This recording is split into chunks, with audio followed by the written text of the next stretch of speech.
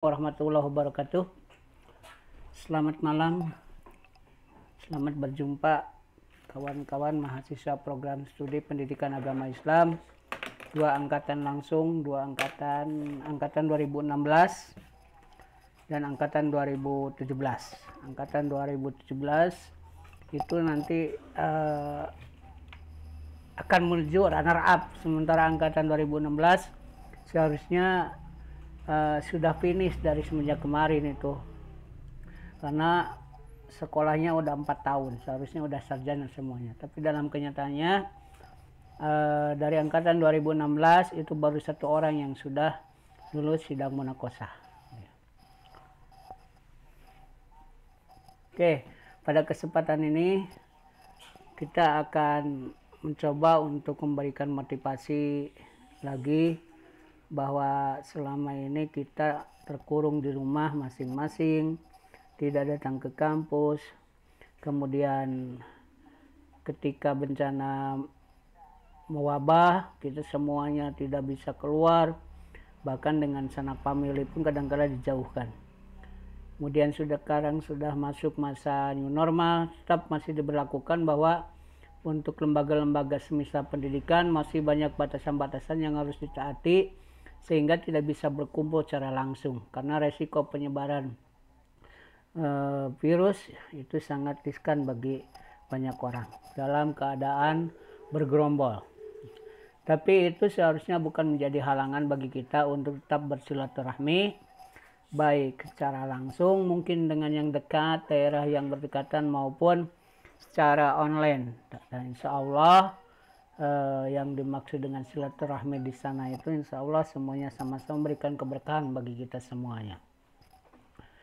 Sebelum memulai season ini season terakhir bagi mahasiswa PAI yang rutin biasa kita laksanakan. Berarti kalau Anda semester 8, sekarang adalah season yang ke-8 yang Anda temui bertemu dengan saya sebagai ketua prodi. Kemudian kalau Anda semester naik ke semester 7, berarti ini adalah pertemuan ke-7. Nanti ada satu lagi pertemuan dengan angkatan 2017, itu pertemuan seperti ini nanti. Mengantarkan Anda kepada gerbang finish. Oke, sebelum itu marilah kita berdoa bersama dulu. Untuk kita, untuk keluarga kita, untuk kawan-kawan kita, ya, terkhususan kepada kawan kita Bapak Haji Nurdin. Semoga Allah mengampuni segala dosanya yang tidak terasa kita sudah dekat dengan dia, sudah akrab dengan dia, tiba-tiba dia meninggalkan lebih dulu. Mudah-mudahan Allah mengampuni segala dosa-dosanya, amal kebaikannya jadikan sebagai amal yang menyelamatkan dirinya dan keberkahan hidupnya terus bersama kita. Ala hadihin niyah wa ala kulli niyatin sholihah. Al-Fatihah. A'udzubillahi minasyaitonirrajim. Bismillahirrahmanirrahim. Alhamdulillahirabbil alamin arrahmanirrahim maliki yaumiddin. Iyyaka na'budu wa iyyaka nasta'in ihdinas siratal mustaqim siratal ladzina an'amta 'alaihim ghairil maghdubi 'alaihim waladdallin. Oke kawan-kawan, terima kasih. Yuk kita mulai. Orientasi Prodi PAI Road to Finish. Ini sebenarnya sindiran bagi Anda yang seharusnya sudah jadi SPD di bulan September sekarang. Dan SPD-nya masih menggantung di skripsinya. Bahkan ada yang skripsinya juga baru bab satunya aja belum dapat approve.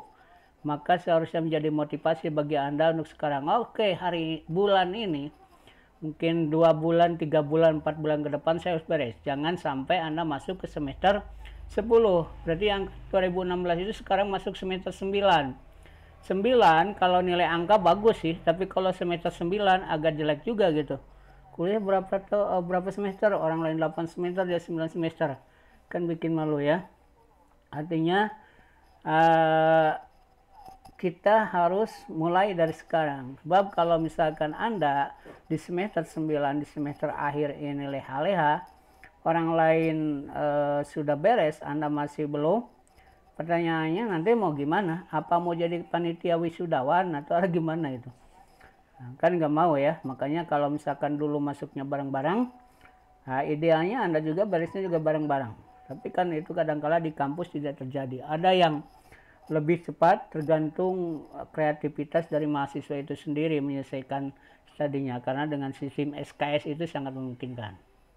Nah, untuk angkatan 2016 itu banyak PR di semester sekarang dan juga banyak menguras tenaga juga keuangan.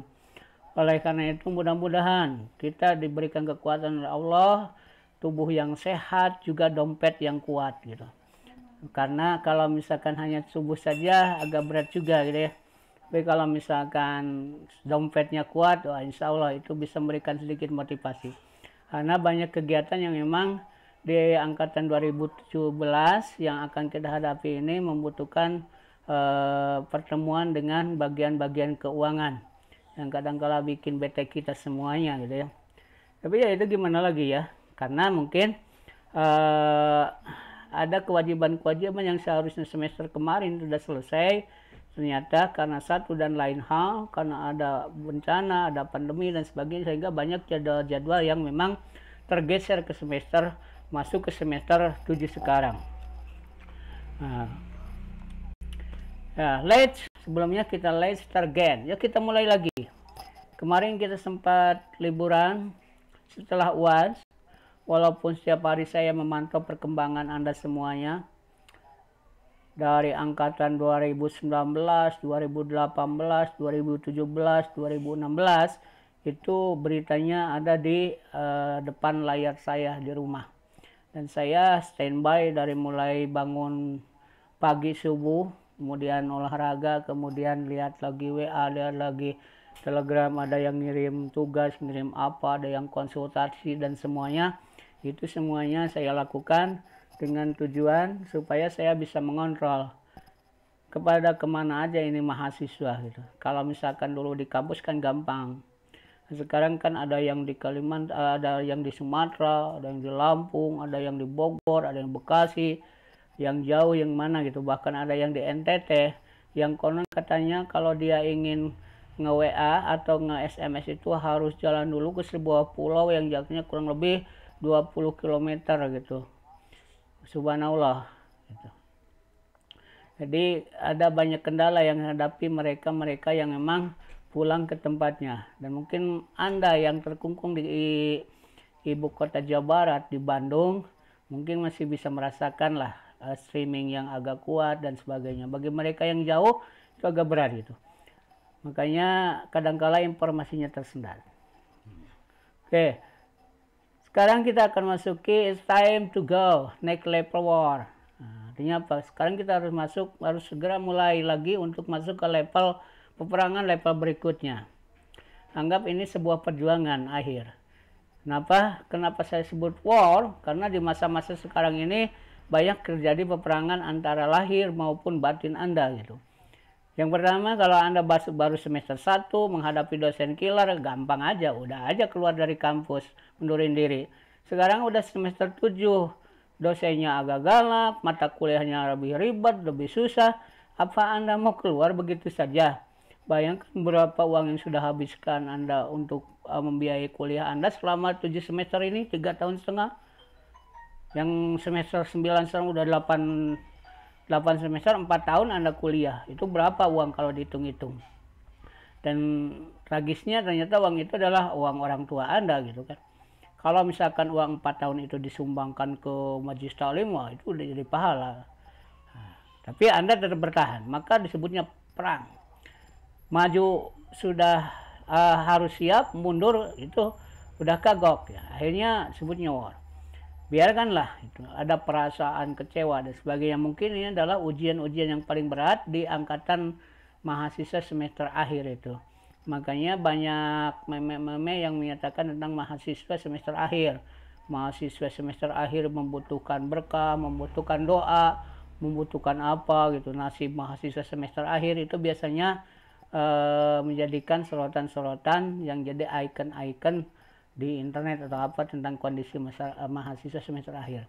Dan itu bukan hanya berlaku di Al-Jawami, hampir di semua kampus di dunia ini, bahkan bukan hanya di Indonesia, bahwa nasib mahasiswa semester itu adalah nasib yang merupakan perang jiwa lah, perang batin mereka.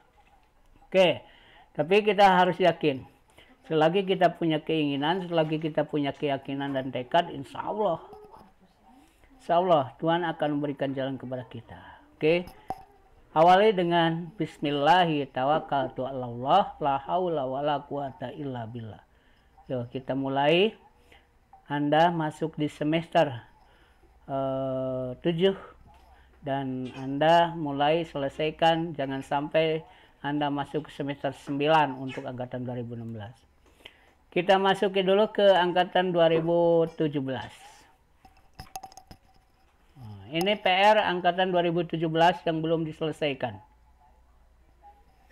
Yang pertama adalah uji laboratorium microteaching. Uji ini adalah uji khas yang diberikan yang hanya ada di jurusan pendidikan, baik itu PAI maupun PAUD. Nah, kemarin saya menjadwalkan bahwa uji lab itu sudah dirancang di akhir setelah melakukan ujian akhir semester. Tapi karena satu dan lain hal, maka akhirnya tidak dilaksanakan. Nah, sekarang dalam kondisi seperti ini, uji microteaching itu akan berbeda. Karena biasanya uji lab microteaching itu dilakukan di lab. Dan kita membayar administrasi lab dan sebagainya. Membayar penguji dan sebagainya yang disengaja datangkan ke lab. Anda dibagi menjadi berapa kelompok, taruh 10 kelompok yang jadi gurunya 1 orang, temannya 9 orang di belakang jadi siswanya. Nah, karena kondisi sekarang kemungkinan besar uji microteaching harus dimodifikasi, dan itu sudah saya pikirkan. Dan yang kewajiban Anda, masalahnya di microteaching ini ada 2 jenis kewajiban. Yang pertama, kewajiban administrasi Anda terhadap pembayaran ujian microteaching ini yang nanti sebagai biaya untuk membayar penguji, juga biaya sebagai biaya pengganti administrasi termasuk sertifikat microteaching Anda. Sertifikat microteaching ini sangat berharga kalau Anda melamar menjadi guru ataupun apa. Artinya Anda sudah jadi lab. Di sekolah-sekolah atau di perguruan tinggi terkenal itu biasanya kalau menerima dosen itu ditanyakan dulu uji microteachingnya. Kalau enggak, dia diuji dulu, sama diuji ngajar dan sebagainya. Karena itu adalah menguji kemampuan pedagogik seorang calon guru. Saya yakin lah Anda semuanya sudah menguasai materi apapun, tapi belum tentu ketika mengajar itu mampu selancar seperti yang dibayangkan. Apalagi kalau misalkan nanti dalam kenyataannya apa yang dibayang itu berbeda dengan kenyataan. Contohnya lah, misalkan kalau Anda ngajar di kuliah itu teorinya kuat, tapi ketika Anda harus sering ke sekolah bertemu dengan 30 orang siswa dengan 30 orang latar belakang sebagainya, itu agak susah gitu. Makanya perlu diuji microteaching. Ini uji microteaching ini sebagai syarat kalau Anda lulus di uji microteaching itu dapat syarat untuk bisa melakukan praktek pengalaman lapangan. Biasanya PPL itu dilaksanakan dengan menggiring calon sarjana pendidikan ke sekolah-sekolah untuk mempraktekkan. Nah, sekarang ada kemungkinan 2. Yang pertama ada praktek yang memang dilaksanakan di tempat lembaga pendidikan yang memang sudah melakukan kegiatan pembelajaran tatap muka. Nah, tapi tetap harus melakukan penjagaan atau menggunakan protokol yang ketat. Yang kedua, ada kemungkinan yang lain. Nah, PPL ini sifatnya juga karena melibatkan pembimbing, penguji, dan sertifikat, maka ada bayarannya juga. Berarti kan udah 2 ya bayaran yang harus ini. Yang pertama uji lab, yang kedua PPL. Ujiannya dibayar labnya. Kemudian PPL juga bayar. Nah, untuk pembayarannya saya lupa lagi, nanti bisa tanyakan ke TU. Nah, Anda harus mempersiapkan, kan lumayan agak berat juga ini. Oke, yang kedua udah gitu, udah bayar, kemudian praktek lagi, bikin kerjaan dan sebagainya, sampai akhirnya Anda membuat laporan. Nah, PPL ini di PAI sudah diberlakukan 2 jenis PPL. Yang pertama adalah PPL kolektif, yang kedua PPL mandiri. Kalau yang kolektif itu Anda dibentuk dalam kelompok, kemudian datang ke sekolah, bertugas di sekolah itu ngajar apa, ngajar apa, ngajar apa. Nah, kalau yang personal itu kategorinya adalah yang pertama adalah bagi Anda yang memang diminta oleh sekolah. Mungkin Anda di antara Anda yang sudah menjadi guru. Di guru masanya PPL, sementara ketika Anda PPL, sekolah membutuhkan Anda, maka sekolah meminta agar PPL-nya di tempat. Itu diperbolehkan. Atau yang ketiga, Anda punya orientasi, Anda punya yang punya sekolahnya. Nah, daripada majuin sekolah yang lain, mendingan sekolah sendiri. Makanya bisa PPL-nya di sekolah sendiri. Atau karena satu dan lain hal tidak bisa bergabung dengan yang lainnya sehingga melakukan praktek pengalaman lapangan individu. Yang membedakannya apa? Yang membedakannya biasanya kalau PPL kolektif ada pembukaan, ada sambutan dari pembimbing dan sebagainya. Nah, kalau PPL individu itu hanya dilaksanakan antara Anda dengan pihak sekolah, di mana nanti ada kontrak atau semacam perjanjian bahwa PPL yang individu itu segala sesuatunya ditanggung oleh praktikan. Memang agak berat ya, tapi kemarin banyak yang milih itu, bukan yang kelompok. Kalau yang kelompok kan ada apa-apa bareng-bareng. Nah, tapi kalau yang individu ada apa-apa sendiri-sendiri aja dia yang tanggung jawab. Tapi dalam kenyataannya justru banyak yang PPL individu. Ya. Jadi saya kurang tahu masalahnya kemarin tuh. Yang jelas PPL individu juga kemarin banyak yang mengambil praktek PPL individu. Selain itu, PPL individu itu mewajibkan nanti pada laporan akhirnya dibuat oleh sendiri. Sama laporannya, ada bikin RPP, kemudian praktek mengajar, bahkan ada videonya yang harus direkam selama mengajar 8 kali tatap muka itu.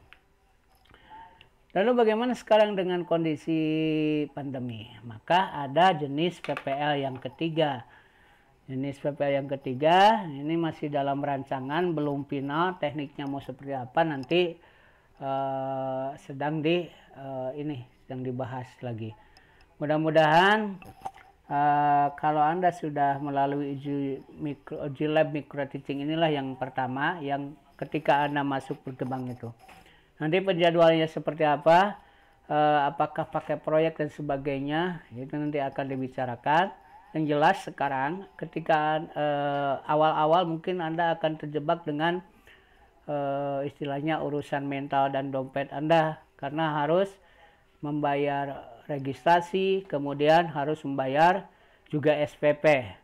Nah, supaya tidak terlalu langsung mereketing gitu, makanya mungkin ada kemungkinan uji lab micro teaching dan praktek itu dilaksanakan di bulan-bulan berikutnya, supaya jangan sampai Anda harus berat, tidak ada waktu untuk mengumpulkan uangnya, apalagi dalam kondisi yang sekarang agak susah. Oke, dua PR semuanya berat. Kemudian yang ketiga, nah ini yang sebetulnya dari semester kemarin saya sudah ajarkan kepada Anda dalam bentuk tugas, yaitu seminar usulan penelitian. Nah, angkatan 2017 itu seharusnya sudah mengerti bagaimana membuat sebuah proposal penelitian.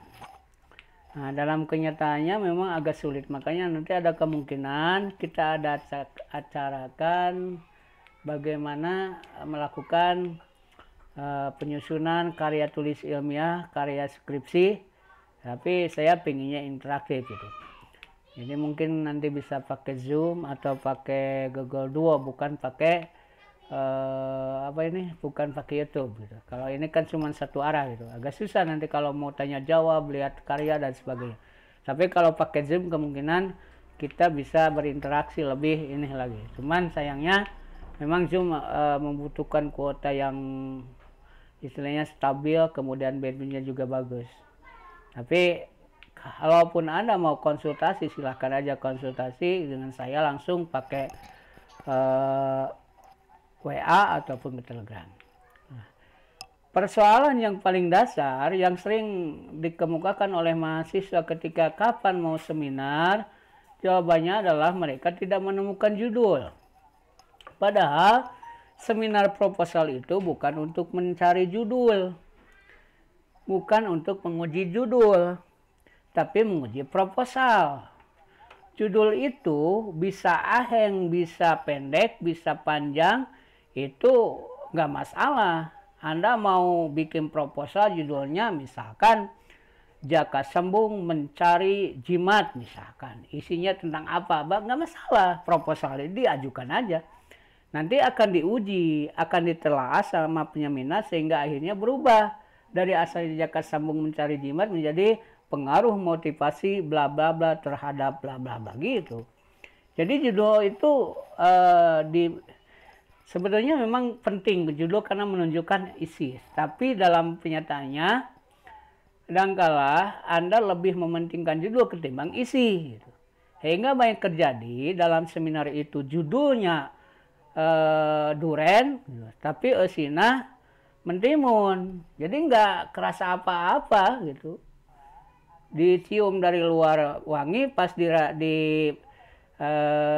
dirasakan keset. Gitu. Itu namanya skripsi duren berasa mentimun. Kenapa? Karena judulnya terlalu tinggi, isinya terlalu dangkal. Yang baik itu adalah yang seimbang. Nah, ini problem.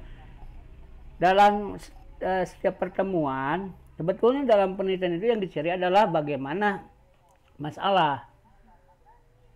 Semua karya ilmiah diawali dengan rumusan masalah. Berarti yang diteliti dalam seminar itu, dalam sebuah proposal ataupun penelitian adalah masalah. Nanti apakah masalah itu mau dilihat seperti halnya Anda melihat masalah kehidupan sehari-hari, masalah orang lain, apakah mau diberikan solusi, nanti itu melahirkan metodologi dan sebagainya. Nah, karena itulah kalau Anda mencari judul agak susah. Walaupun memang ada teknik tertentu yang sudah saya ajarkan. Kalau Anda bingung nyari judul, tidak punya masalah atau apa, bikin masalah aja sendiri. Coba gimana bikin masalah? Ya dibikin, menciptakan masalah, dikira-kira. Kalau misalkan masalahnya begini, bagaimana? Itu yang akan dicari. Kemudian kalau misalkan masalah tidak punya, bikin masalah nggak mau, ya cari aja skripsi orang lain, kemudian diparafrase, dibaca seluruhnya dulu, jangan langsung dikutip. Dibaca seluruh skripsi punya orang lain itu, kemudian dipikirkan, ini kalau di sekolah di daerah tertentu, hasilnya seperti ini, mungkinkah ini akan terjadi sama di sekolah yang akan kita uji nanti? Nah, itu sebutnya memparafrase, mereplikasi karya orang lain. Dan itu diperbolehkan. Dalam artian ide-idenya itu digunakan pula untuk penelitian. Tujuannya macam-macam. Yang pertama ingin menguji kebenaran skripsi yang orang lain yang sudah kita baca. Anda kalau berkunjung ke perpustakaan, salah satu buku yang nangis tiap malam, siang, hari adalah buku-buku karya kakak-kakak kelas Anda. Padahal itu adalah buku yang paling ilmiah di antara ratusan bahkan ribuan buku yang ada di dalam perpustakaan. Kenapa? Karena skripsi itu pasti hasil penelitian. Kalau buku yang lain mungkin hasil pemikiran doang. Hasil kontemplasi, hasil praktek, seperti buku resep memasak gitu kan. Kan itu tergantung selera gitu kan. Ada yang senang pedas, cabainya 20. Ada yang tidak senang pedas, nggak pakai cabai, itu hanya seperti itu. Tapi kalau misalkan skripsi, tesis, disertasi, itu adalah buku-buku yang memang bersumber dari sebuah pengalaman, kemudian pengujian dan sebagainya. Bahkan sudah ditandatangani oleh 2 orang penguji. Sudah diujikan dan sudah di-ACC, dan bahkan orang yang mendapatkannya itu sudah bergelar sarjana. Nah, seharusnya lebih istilahnya apa ya, kita lebih responsif ke buku-buku seperti itu. Tapi karena gambarnya tidak menyenangkan, warna koneng, disimpan di mana wae, rek dijangkau tidak terjangkau, ya itulah. Itu hampir di semua kampus seperti itu. Mulai sekarang Anda senang membaca skripsi orang lain. Kalau Anda susah punya ide, tidak punya masalah atau apa, Sekarang cari skripsi punya orang lain. Baca dari halaman pertama sampai halaman terakhir. Buat kesimpulan oleh kita.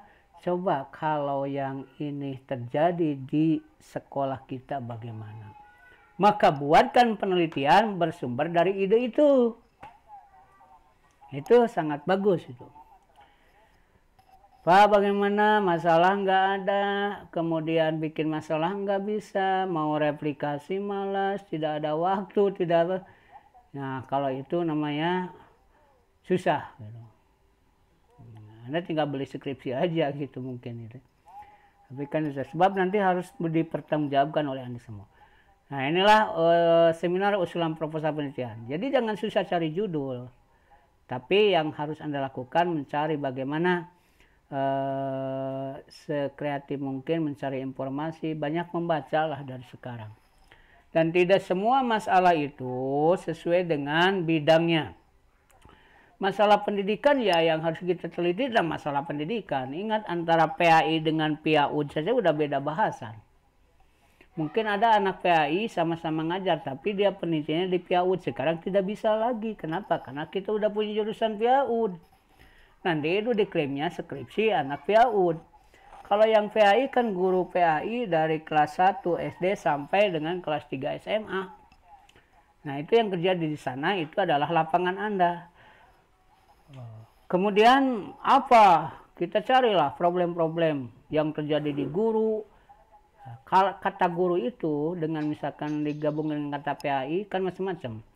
Bagaimana ada karakteristik, ada sikap, ada kepribadian, kemudian ada cara mengajar, belum lagi siswanya, belum lagi mata pelajarannya, banyak sebetulnya kalau kita membongkar. Makanya belajarlah apa yang disebut dengan taksonomi. Kita membuat sebuah pohon PAI, coba. Di akarnya itu PAI, naik ke batangnya ada apa, naik ke rantingnya PAI, ada metode PAI. Kalau Anda mau menjadi mata kuliah saja itu berapa macam strategi pembelajaran, mode pembelajaran. Di mode pembelajaran ada masalah enggak, bisa enggak diterapkan, ada metode baru dan sebagainya. Itu bisa menjadikan sebagai ajang bagaimana Anda menciptakan ide baru untuk membuat seminar usulan penelitian.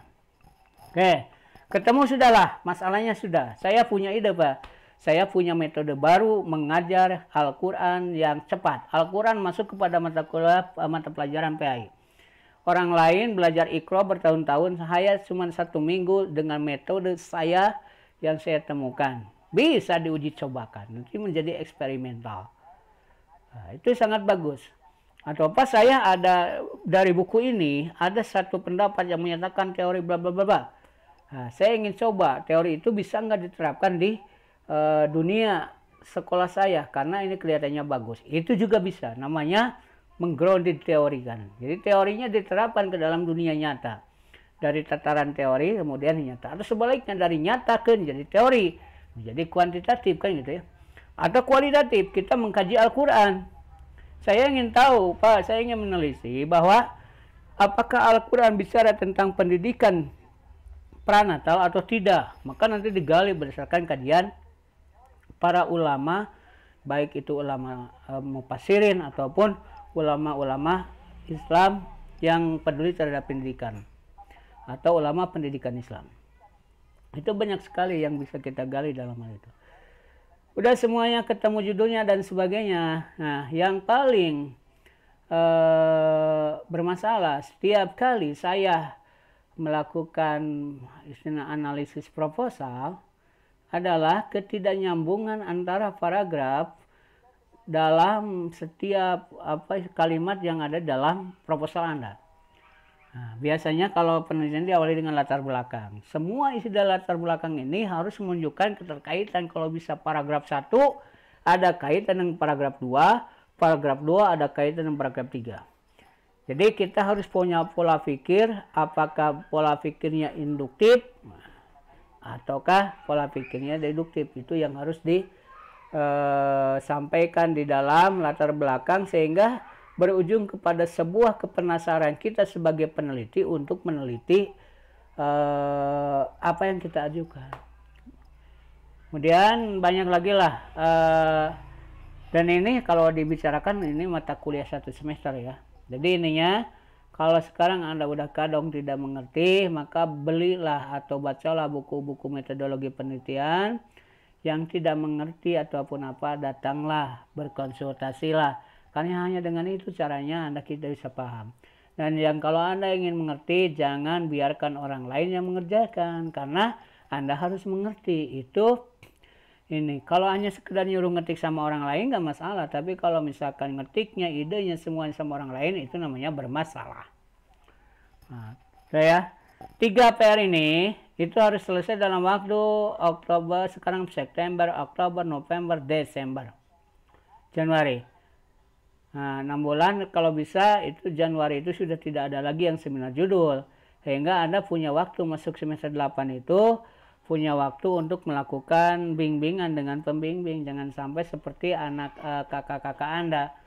Mereka di semester 8-nya banyak main-main, milih menikah ketimbang kuliah, hingga akhirnya seharusnya mereka sudah ujian sekarang, masih banyak yang belum bimbingan. Bahkan ada yang proposalnya aja belum selesai.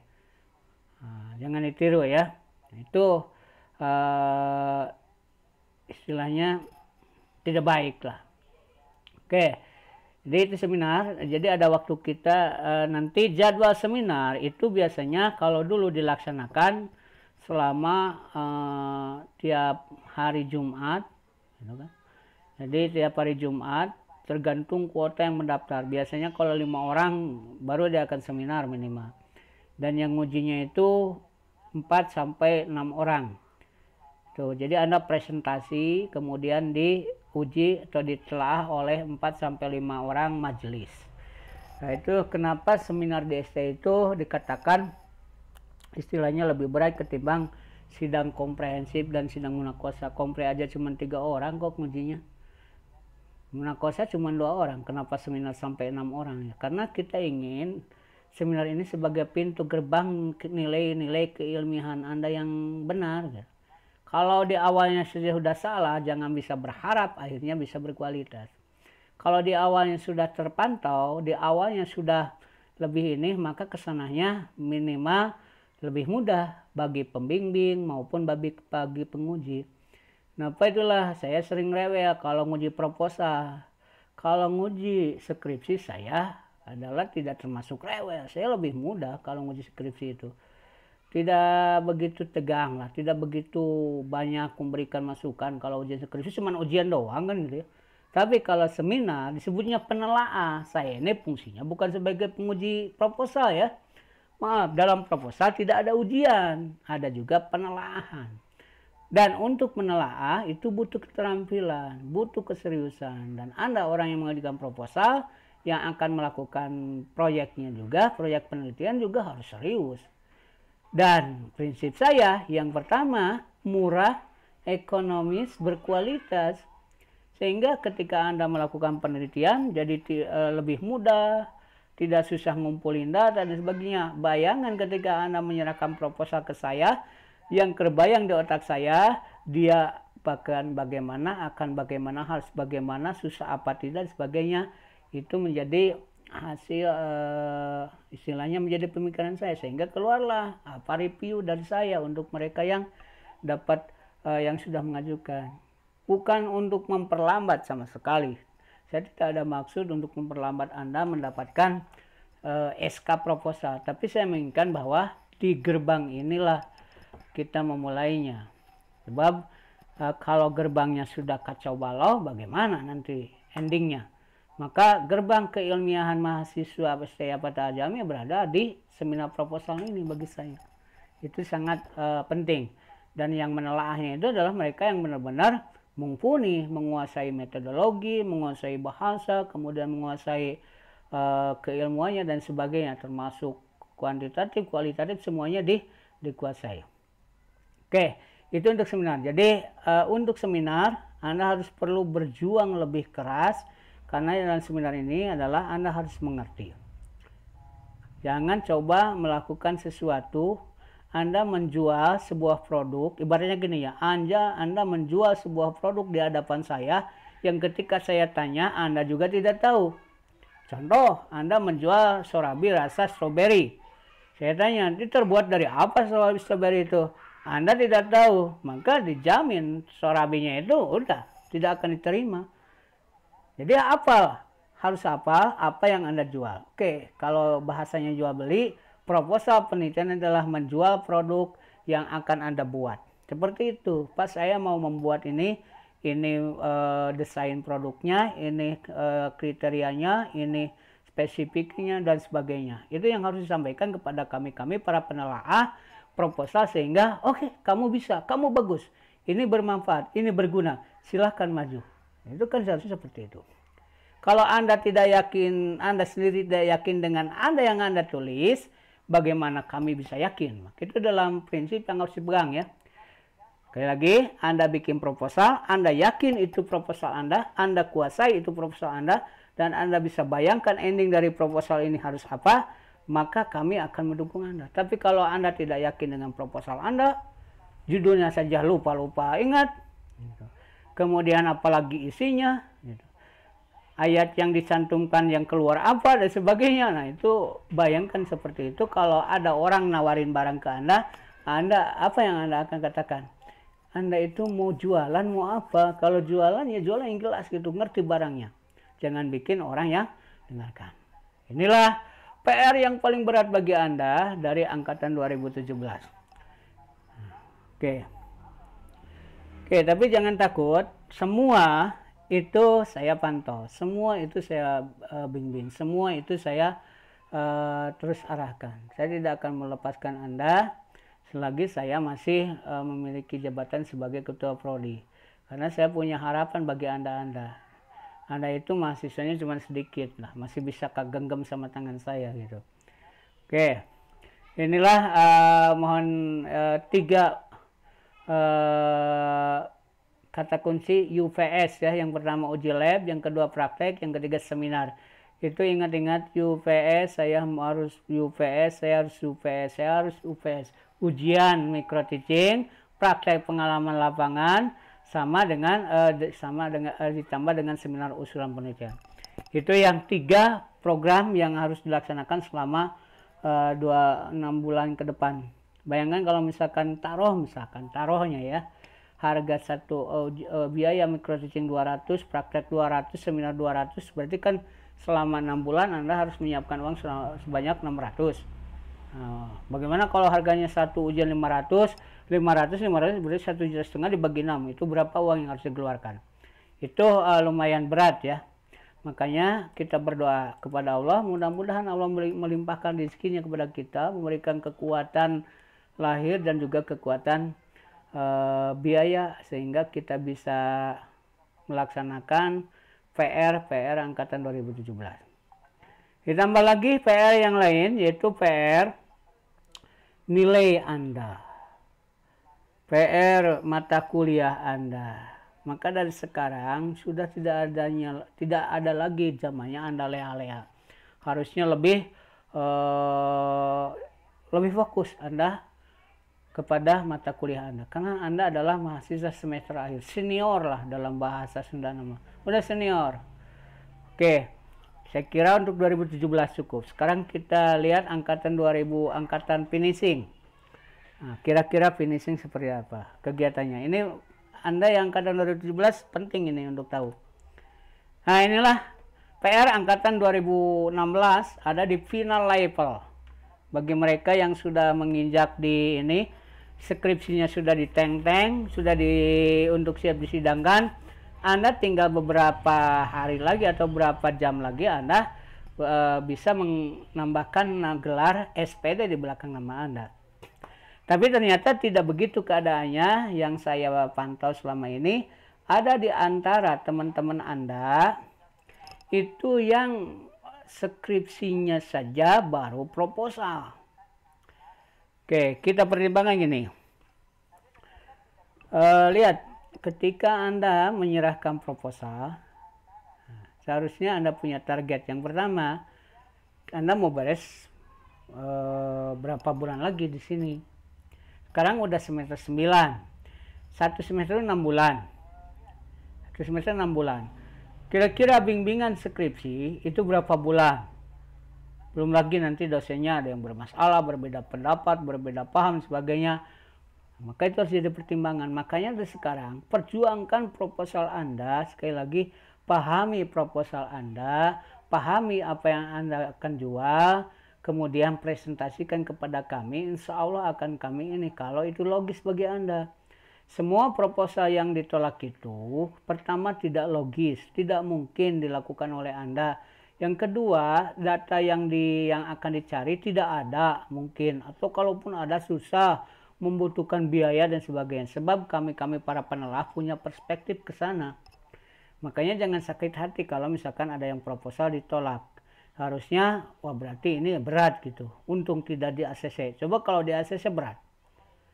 Bayangkan kemarin ada yang melakukan penelitian PTK, penelitian tingkat kelas. Penelitian tingkat kelas itu harus ada interaktif di kelas. Sementara sekolah di lockdown. Mau PTK sama siapa? Sama bangku. Coba kalau di ACC udah bab 2, udah bab 3, pas mau praktek nggak ada Pak siswanya. Terus gimana? Masa harus balik lagi dari bab 1? Sebetulnya kami menyelamatkan gitu kemarin itu. Ada semua PTK itu digagalkan karena sangat tidak memungkinkan dengan kondisi sekolah di rumah. Maka dibuatkanlah model PTK yang baru, yaitu PTK keluarga dan sebagainya. Tapi itu belum diakui. Maka diarahkan ke penelitian yang sifatnya deskriptif. Mahasiswa goyah apa tentang PTK, ketika harus dirubah menjadi deskriptif agak bingung juga. Termasuk yang kuantitatif, yang bikin angket datang ke sekolah diarahkan supaya lebih interaktif, yaitu lewat online dan sebagainya. Karena di sekolah tidak ada siapa-siapa sekarang. Nah itu yang kami bayangkan ketika menelaah skrip proposal Anda. Sehingga ada pernyataan bahwa proposal Anda itu tidak layak. Maksudnya apa? Untuk menyelamatkan Anda semua. Jangan tersinggung. Itu ya. Selanjutnya apa kalau sudah ditolak? Ya cari alternatif. Saya memberikan beberapa judul. Bisa dilakukan. Ketika saya sudah memberikan alternatif, berarti saya sudah lapang dada untuk memberikan konsultasi. Tidak mungkin saya memberikan judul itu kalau saya tidak punya istilahnya pemikiran pengarahan. Nah, kalau Anda punya judul sendiri, maka saya akan membuat pola pikir sendiri, lagi yang baru untuk mengarahkan Anda ke jalan yang paling baik bagi Anda, bukan paling baik bagi saya. Bagi saya apa sih kan itu keuntungannya? Ini bagi Anda gitu. Dan setiap mereka yang mengikuti apa yang saya berikan review terkait dengan proposal, itu biasanya tidak banyak masalah. Jadi ada berapa mahasiswa yang mengajukan proposal, dia saya review, tolong ini ganti, tolong ini tambahin, tolong ini begini. Saya memberikan catatan, jelaskan di sini apa, kemudian ketika diberikan ke dia diperbaiki data yang itu lagi gitu kan. Ya saya layani terus aja, tidak akan pernah selesai gitu, karena saya menginginkan ada sambungan dari awal sampai akhir, tidak terpotong di tengah-tengah gitu. Dan semua file yang proposal review Anda itu ada semuanya di komputer saya. Makanya saya memantau per mahasiswa, dan semua proposal itu pasti melewati gerbang saya dulu di prodi gitu kan. Makanya jangan sungkan, saya tidak inilah. Kalau misalkan mau konsultasi. Nah, banyak di antara teman-teman Anda yang sengaja datang malahan ke rumah, apa saya bingung dan sebagainya, ingin diarahkan. Ya saya arahkan gitu. Dan tidak perlu bawa apa-apa gitu. Itulah deskripsi ya. Jadi proposal ini angkatan 2017 masih banyak, lebih dari 50% ini. Saya nggak tahu kenapa, apa problemnya dan sebagainya. Belum lagi problem nilai, problem mata kuliah dan sebagainya. Akhirnya kan sekarang seharusnya Anda sudah SPD, masih nelponan dosen, masih berhubungan dengan pengampu mata kuliah, nilai yang gak keluar lah atau apa, itu kasihan. Itu ya. Jadi bagi Anda yang sudah beres nilai, tidak ada masalah, fokuskan ke skripsi sekarang. Karena waktu Anda kalau bisa lebih cepat. Oke. Yang belum proposal, coba buka lagi proposalnya, pahami apakah Anda, saya tidak begitu yakin ketika Anda membuat proposal, apakah Anda baca perkataannya dari semua proposal yang Anda buat. Karena saya menelaah proposal yang Anda buat itu perkata. Itu saya ada teknik bagaimana membaca cepat. Makanya suka aja ketemu gitu kan. Di atasnya penelitian di Bandung, di bawahnya ceritakan di Jawa Timur. Emang di Bandung ada Jawa Timur ya, kan aneh gitu kan. Ya, ini saya tidak menyalahkan Anda. Oh, mungkin Anda punya orang lain ingin sama, idenya nggak masalah. Dan itu bukan aib sebetulnya bagi Anda. Cuman saya menemukan. Jadi tolong kalau Anda bikin proposal, itu per kata dibaca dari awal sampai akhir, sehingga Anda kalau mau menjual barang itu bisa menguasai. Yeah. Sekarang tidak ada lagi ujian mental. Dulu sampai ada yang dibanting loh proposalnya gitu kan. Sekarang nggak ada. Cukup aja Anda benar meneliti, benar membuat proposal. Nanti saya yang review. Gitu. Dan ini sangat penting.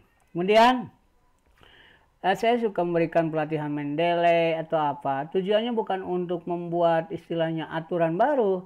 Karena di pola Mendeley ini akan menyelamatkan Anda dari berbagai istilahnya tindakan yang menyalahi aturan ilmiah.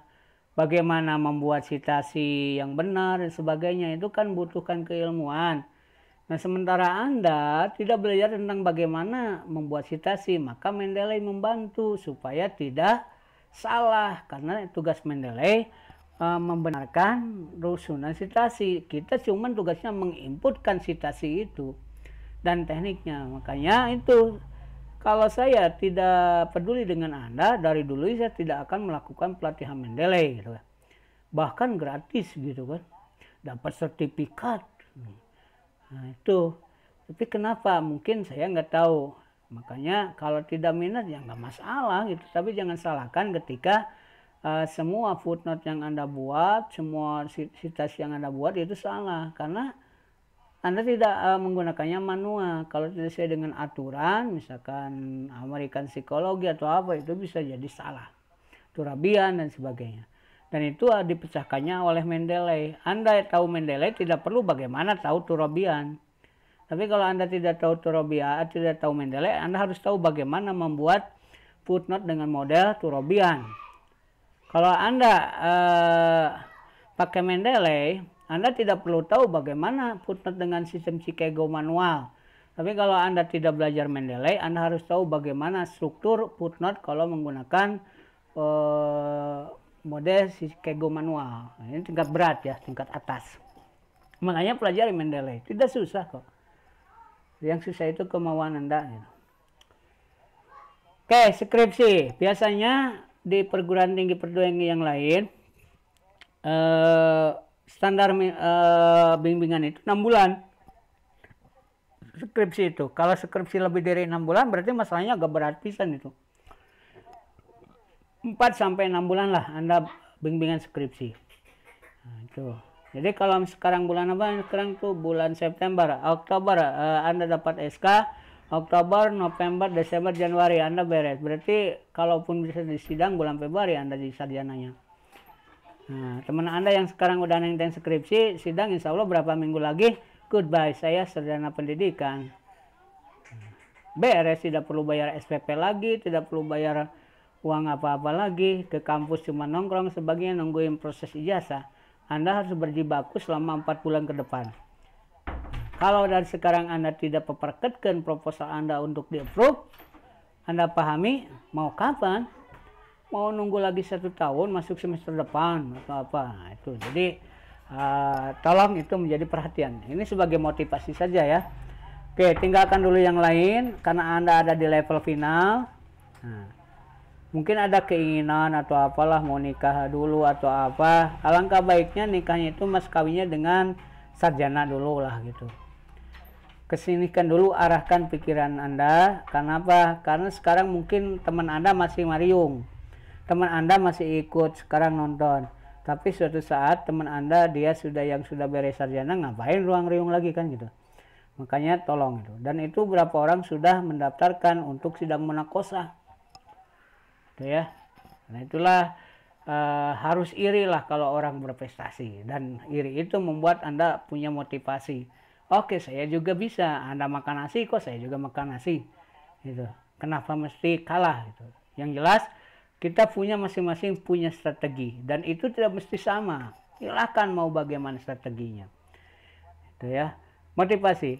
Kalau misalnya Anda tidak bisa memotivasi diri, motivasilah sama orang-orang terdekat Anda, sama kawan-kawan Anda. Tolong dong saya berikan motivasi supaya mau ini menggarap skripsi. Godaan paling terberat mahasiswa semester akhir adalah skripsi.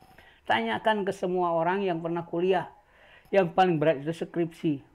Godaannya bukan main. Tiba-tiba pacar yang dulu udah mutusin sekarang minta balikan. Nah, itu kan bikin ribet sama kita. Mantan-mantan yang dulu pernah ditaksir cinta pertama sekarang kadang-kadang inget nge-WA-an gitu. Nah itu godaannya bukan main. Makanya hati-hati.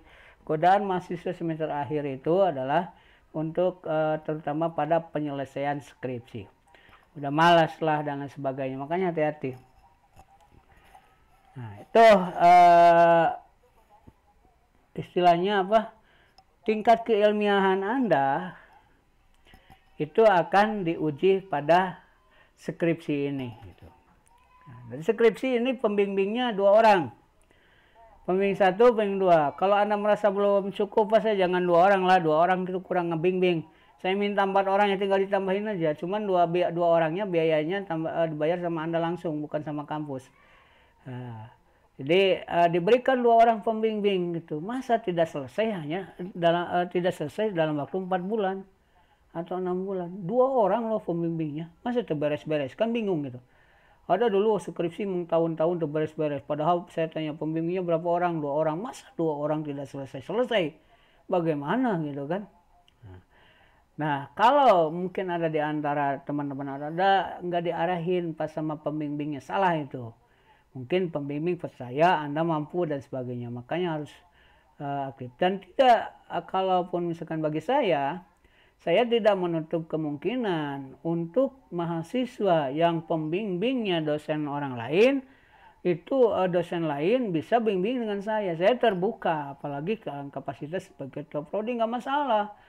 Kemarin juga ada saya mau bimbingan ini, ini kemudian dari dosennya kurang diarahkan, makanya saya masih bingung, datang ke saya arahkan kan gitu, nggak masalah. Jadi silahkan manfaatkan sebaik mungkin diri saya untuk kepentingan penyelesaian skripsi Anda gitu. Itu. Anda pingin buku, di rumah saya ada banyak buku, yang mau PDF saya kirimkan dan sebagainya, nggak masalah. Kemarin baru saja saya kirimkan 20 buku dan kitab kepada teman Anda yang mau ngajuin seminar proposal. Ini sumbernya. Udah kitab, udah apa, kamu pahami dulu itu. Tapi ujung-ujungnya stres dia, upah banyak teing pas. Anda butuh buku apa sekarang, jangan susah. Sekarang tidak ada yang susah lah. Untuk pengetahuan teori itu semua ada di genggaman tangan. Hanya butuh 2 modal, 1 tangan, 2 kuota gitu kan. Yang lainnya ada sudah tersedia gitu. Makanya oke, jangan putus asa. Proposal sekarang kita start, beres malam ini, minggu depan saya insya Allah dapat approve dari Pak Udin. Nah gitu. Kalau sudah di approve, nanti ke TU, mohon diterbitkan SK, majuin pembimbing, mulai bimbingan 4 bulan ke depan. 4 bulan ke depan saya harus jadi sarjana. Jadi bagi Anda angkatan 2016, yang kelat harus ngomong dalam diri kita. Tulis tuh dipantau, 4 bulan ke depan saya harus SPD. Ya sok gitu, nggak apa-apa gitu. Supaya dibaca sama babeh Anda, benarnya anak gue, kan itu, kakak hebat gitu sebagainya. Dan itu buktikan bahwa dalam waktu 4 bulan kita bisa beres skripsi, bisa beres komprehensif, bisa beres munakosa. Itu buktikan bahwa kita ini bukan mahasiswa sembarangan. Dan itu insya Allah Anda mampu. Saya doakanlah Anda punya kekuatan, diberikan keberkahan ilmu, pengetahuan, dan kelapangan pengetahuan untuk menyelesaikan skripsi itu. Nah ini proposal ya, proposal ke skripsi itu bimbingannya dan sebagainya. Oke, kadang-kadang terjadi perbedaan di pembimbing 1A, pembimbing 2B, maka kita harus berupaya mengkompromikan kedua-duanya. Nah, kalaupun Anda tidak menemukan jalan, bisa konsultasi dengan saya. Mungkin nanti saya bisa jadi mediator di antara dengan pembimbing-pembimbing yang berbeda pendapat itu. Tapi jarang di kampus kita ditemukan itu. Oke, skripsi beres ya, 4 bulan dan sebagainya. Pokoknya tidak perlu tebal-tebal lah, cukup 250 halaman gitu. Cari yang mudah saja sebetulnya. Skripsi yang bagus itu bukan skripsi yang gimana. Skripsi yang bagus itu adalah skripsi yang beres sebetulnya ya. Buat apa judulnya bagus-bagus, ari bab nangan bab 2 wungkul makan gitu ya. Makanya skripsinya yang bagus itu skripsi yang beres, yang sudah siap disidangkan, yang sudah dijilid gitu. Nah itu skripsi yang beres. Oke ya, gak usah muluk-muluk lah. Judulnya biasa tapi isinya bukan main gitu kan. Nah, itu akan membuat orang lain terkesan. Selanjutnya, PR yang nomor 2 bagi Anda angkatan 2016 dan ini sangat penting adalah komprehensif. Komprehensif ini adalah ujian. Nah, ini ujian ya. Kalau proposal itu penelaahan. Kalau ujian itu ada nilainya. Kalau proposal tidak ada nilainya. Anda tidak dinilai proposal, makanya tidak ada mata kuliah proposal penelitian. Nah, tapi kalau komprehensif ada nilainya. Karena ujian, maka Anda harus hafal, mampu menjawab, mampu memberikan solusi. Nah, di kompre ini ada 3 aspek. Yang pertama, aspek kemampuan membaca dan menulis Al-Quran. Ini aspek yang paling berat. Kenapa? Karena apa yang dicapai dari nilai Anda pada baca tulis Al-Quran ini, kemampuan nilai baca tulis Al-Quran ini dikalikan sama signifikan prosentasenya ketimbang yang 2 lagi. 35% kalau tidak salah. Kemudian yang isinya apa ya? Anda membaca Al-Quran dan sebagainya itu. Biasanya kalau ujian itu. Kemudian yang kedua, itu ada ujian mata kuliah ilmu agama Islam. Dari semester 1 dulu Anda pernah belajar ilmu kalam, pernah belajar ulumul Quran, pernah belajar fikih, pernah belajar SKI, pernah belajar itu. Pokoknya semua yang berkaitan dengan ilmu agama Islam, ilmu agama Islam itu akan diujikan pada penguji bidang kedua. Makanya Anda harus membuka-buka lagi, membongkar-bongkar lagi kajian ilmu pengetahuan ini. Walaupun memang ini prosentasenya yang paling kecil, tapi cukup membuat kita lelah karena harus menghafal hadis-hadis Tarbawi, tafsir-tafsir Tarbawi, kemudian tentang sejarah para sahabat dan sebagainya. Itu keluar semuanya, fikih, kontemporer dan sebagainya.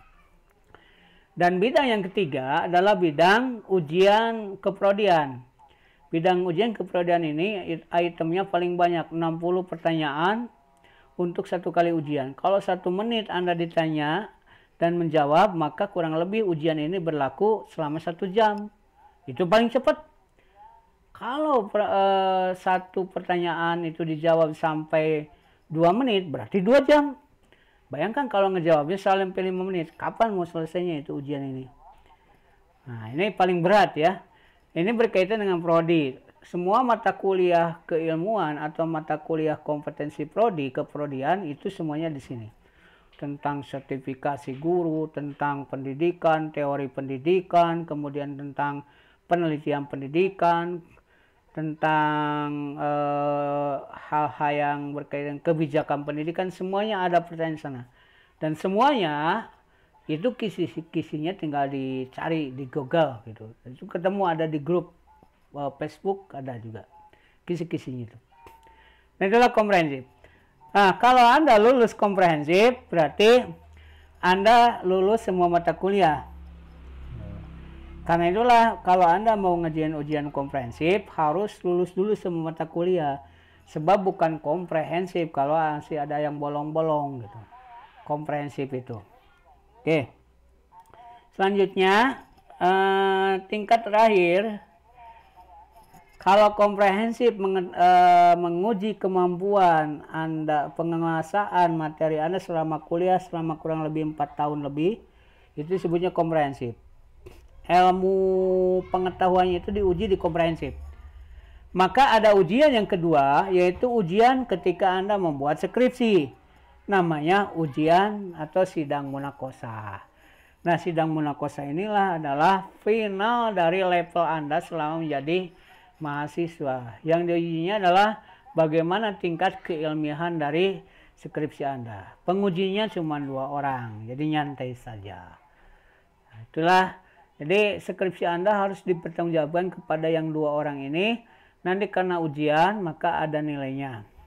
Nah, bagaimana kalau tidak lulus komprehensif? Ada beberapa kategori. Yang pertama ada yang harus ngulang komprehensif, yang kedua ada yang harus perbaikan komprehensif. Kok bisa perbaikan komprehensif mata kuliah? Anda tahu kan beberapa dosen mungkin ada mata kuliah perbaikan, kenapa tidak bisa? Bentuknya seperti apa? Nanti ada, gitu kan?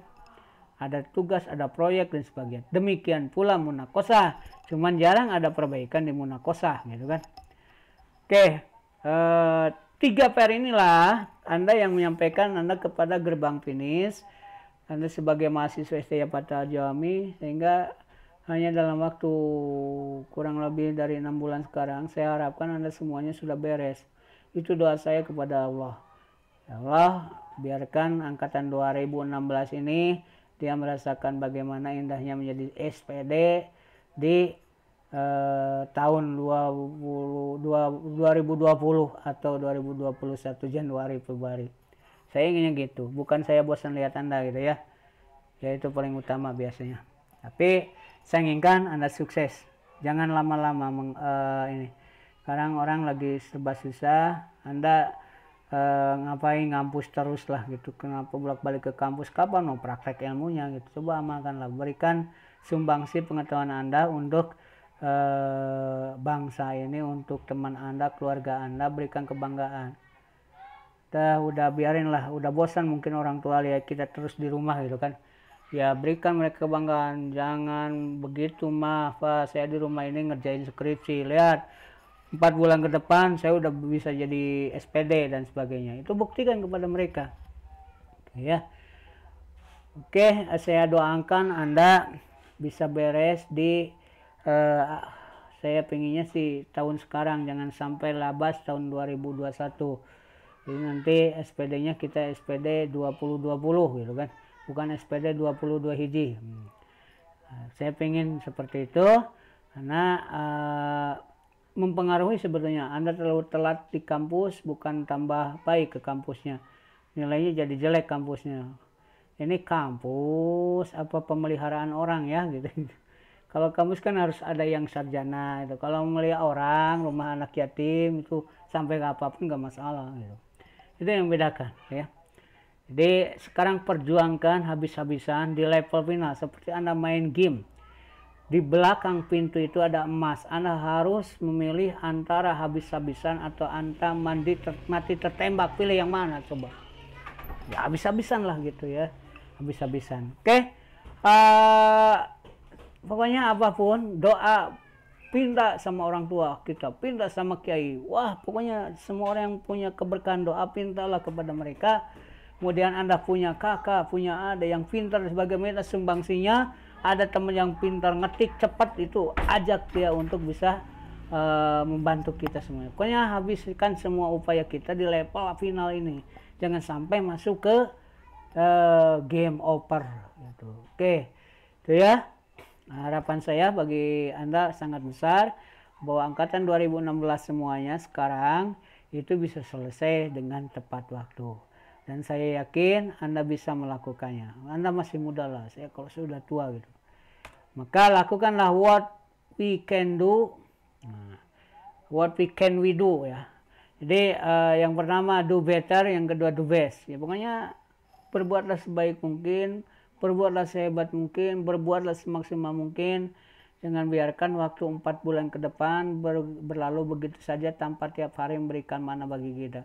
Harus dihitung mulai dari sekarang. Bikin kalender tadi pantau, hitung 4 bulan. Coret sehari, hari ini dapat nilai, hari ini saya bimbingan, hari ini. Selama 4 bulan sampai akhirnya Anda beres dan Anda menyatakan, hore, saya sudah sarjana. Nah itu untuk sekedar pembekalan. Untuk selanjutnya ini sebetulnya untuk angkatan 2000 berapa ya? 2000 untuk angkatan 2016 itu ada kewajiban, 2017 ya. 2017 itu ada kewajiban Anda menyetorkan hasil studi ini bimbingan kepada dosen Anda melaporkan. Kalau angkatan 2016 sudah tidak ada ya. Nah, paling juga Anda kalau yang mau semester sekarang itu, kalau Anda belum KRS-an apa komprehensif dan munakosa, maka tolong diambil nanti mata kuliah itu. Jadi validasi lagi dan sebagainya. Tapi tetap karena kita sudah masuk semester baru, maka Anda yang karena yang belum ini tetap nanti akan kena kewajiban bayar registrasi sama SPP. Jadi semakin lama Anda semakin ngagunduk gitu bayaran gitu.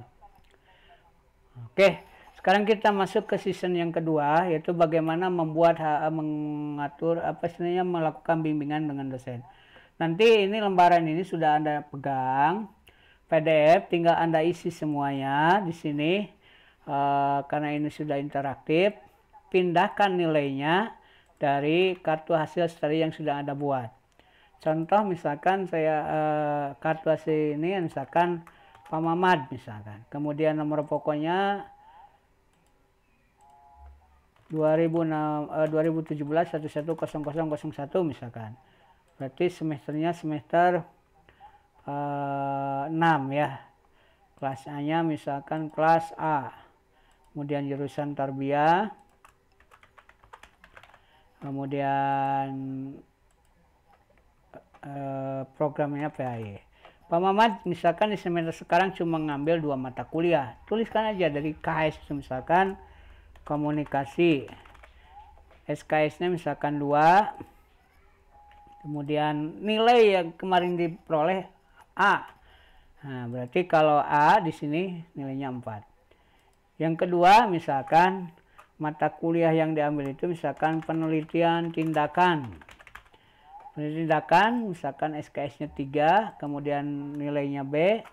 Nah, karena B berarti 3. Maka itu akan dihitung langsung ini. Nah, karena cuma ngambil 2 mata kuliah maka beres. Gitu. SKS-nya ada 5, IP-nya itu 3,40. Kalau Anda 11, masukkan semuanya di sini sesuai dengan kartu hasil studi Anda, nilai yang Anda peroleh gitu ya untuk angkatan 2016, Pak Mamat, Kamal, Ajis dan kawan-kawan. Ajit dan kawan-kawan itu nanti ini harus diisi. Ini kasihan untuk dosen pembimbing akademik Anda karena ini nanti harus dilaporkan ke yayasan, maka tolong proaktif gitu. Kalau masih bingung dan sebagainya Anda bisa konsultasi dengan saya. Laporkan ini tanda tangan sama orang tua wali Anda. Pasti nggak bisa, ini kan PDF dan sebagainya. Anda yang punya kreativitas saya yakin bisa lah. Contohnya bukanya jangan pakai PDF biasa tapi pakai PDF editor di mana di dalamnya bisa nambahin apa misalkan nambahin garis atau apa gitu kan.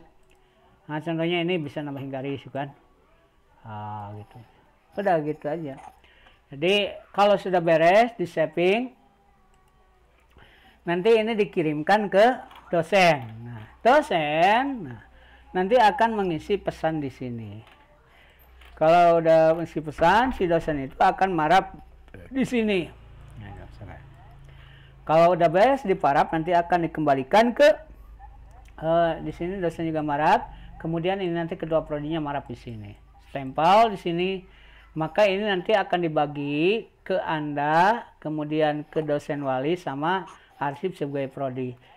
Biasanya dalam kegiatan biasa Anda datang ke kampus membawa buku bimbingan. Sekarang kan dilarang gitu ya. Karena takut apa. Belum lagi ada yang masih di di Sumatera dan sebagainya.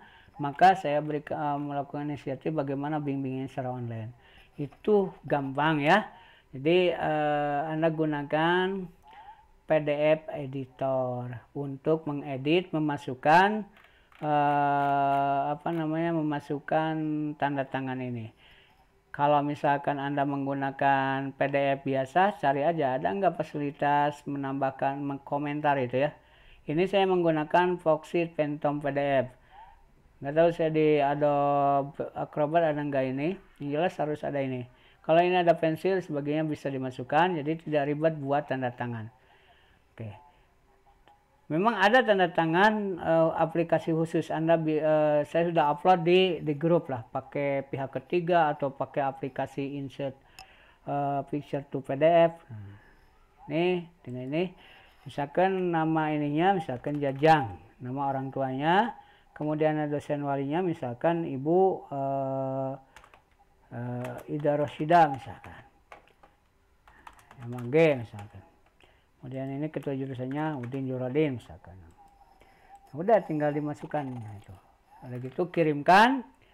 Kalau Anda bisa langsung dikirimkan ke dosennya, kirimkan. Nanti dosennya akan setelah tanda tangan akan mengirimkan ke saya untuk saya tanda tangan. Kalau sudah ini kembalikan ke dosen satu, ke Anda satu, beres bimbingan hasil studi. Nah, kalau beres bimbingan hasil studi ini berarti Anda siap untuk masuk ke masa KRS. Nah, nanti KRS itu mata KRS itu akan dibuka hari Senin. Jadi Anda bisa ngambil mata kuliah di KRS hari Senin dengan catatan Anda sudah beres dipalidasi sama bagian keuangan seperti biasa. Nah, jadi silahkan nanti lakukan pembayaran registrasi, kemudian minta dipalidasi sehingga hari Senin Anda bisa mengambil mata kuliah. Oke, teknik perkuliahan sekarang, semester sekarang untuk PAI desain menggunakan online. Jadi nanti Anda kelasnya itu harus memilih. Sebab tiap dosen saya sudah tugaskan memiliki kelas online masing-masing. Ada yang di Edmodo, ada yang di Google WA, Google Group, ada yang di Classroom. Nanti kode-kodenya akan saya sharing dengan Anda. Jadi Anda tinggal klik gabung, klik gabung, klik gabung. Nah, kemarin ada sempat ini, bagi Anda yang pengguna Edmodo, tolong namanya jangan nama samaran. Jadi namanya nama asli lah. Jadi Anda buka profil Anda, kemudian ganti profilnya dengan nama asli. Kemarin ada dosen yang komplain dia belajar menggunakan Edmodo, kemudian tiba-tiba ada anak minta perbaikan nilai karena ketika di Edmodo tidak ada namanya, marah-marah ya, ternyata di Edmodo itu adalah nama dia gitu kan. Nah, dia misalkan Jaka Wirya, di sananya ditulisnya Jaka Sembung, kan bingung gitu dosen gitu. Makanya apa adanya aja lah. Kalau namanya atau Anda lebih ini nama identitas itu kan ada nama depan, nama belakang. Nama depannya diganti dengan nomor pokok, nama belakangnya diganti dengan nama asli Anda. Misalkan 2018 1170 namanya misalkan Ahmad Munziri. Nah, itu silahkan itu. Itu jadi kemarin ada sempat yang komplain yang aplikasinya menggunakan Edmodo. Sekarang juga ada yang menggunakan Edmodo tapi kurang tahu Zoom. Nah, itu ada Zoom tapi tidak salah. Nanti dibagikan di jadwal. Jadwal sudah saya bagikan, cuman untuk kelasnya kan belum ada. Ruangannya di mana? Nah, sekarang ruangannya virtual semuanya selama 1 semester sekarang, bahkan sampai UAS. UASnya pun kita mendesain UASnya virtual seperti pengalaman kemarin. Kalau kemarin sempat kita tetap muka, sekarang kita akan full pembelajaran online selama 6 bulan ini, pembelajaran online. Jadi tolong mungkin bisa lebih ini. Ada keuntungan kerugian online tuh ya. Keuntungannya kita bisa belajar dimanapun, dalam kondisi bagaimanapun, bisa bari ngopi, bisa bari ngabaheula, bisa bari ngagoler. Oh bawa, mun Anda gogoleran di ruang kelas, bong candi tajam ku dosen gitu kan. Nah, sekarang online bebas gitu ya. Yang kedua, Anda tidak perlu jajan di Padeni, tidak perlu ngeguruan Mang Dadang. Nah, kalau Anda lapar mah goreng nasi goreng gitu, lagi kuliah gitu dan sebagainya. Kemudian waktunya lebih fleksibel. Nah, kalau Anda ingin ketemu dosen kan ada jamnya tertentu. Nah, kalau saya ingin ketemu saya di Edmodo, tinggal kapan pun bisa, jam 12 malam pun bisa buka Anda gitu kan. Materi tinggal gali dan sebagainya. Jadi yang dibutuhkan adalah motivasi kita, kemauan kita, tekad kita untuk terus bertahan. Dan saya yakin tidak ada perubahan yang signifikan terhadap keuangan dengan pembelajaran online ini. Bahkan biasanya Anda datang ke kampus menghabiskan uang untuk ongkos, kemudian jajan, traktir teman-teman biasanya lebih besar ketimbang Anda untuk membelikan kuota, misalkan unlimited yang harganya 75.000 gitu kan. Ya, itu jadi nggak masalah lah per bulan 75.000. Nah, bisa lebih murah daripada misalkan Anda yang rajin ke kampus dan sebagainya. Waktu dulu perkuliahan di kampus mungkin lebih dari 75.000 ya dan sebagainya. Nah, belum lagi aspek-aspek yang lain. Jadi dalam kondisi sekarang ini proses pembelajaran kita memang harus ditafakuri sehingga bisa menjadi disyukuri gitu. Tafakuri dulu bahwa Allah tidak mungkin memberikan ini kalau Allah tidak ada maksud yang terbaik untuk kita sebagai hambanya. Nah ini kalau sudah beres bimbingan, sekali lagi Anda kirimkan kode Senwali. Untuk ini tolong basa-basi Pak, ini saya sudah mengisi kayak bimbingan digital, mohon untuk diberikan saran dan masukannya. Nanti mohon diberikan lagi ke saya atau ke ketua prodi. Baru nanti saya yang ini urusan berikutnya. Oke itu kawan-kawan, sudah jam 8:30 ya.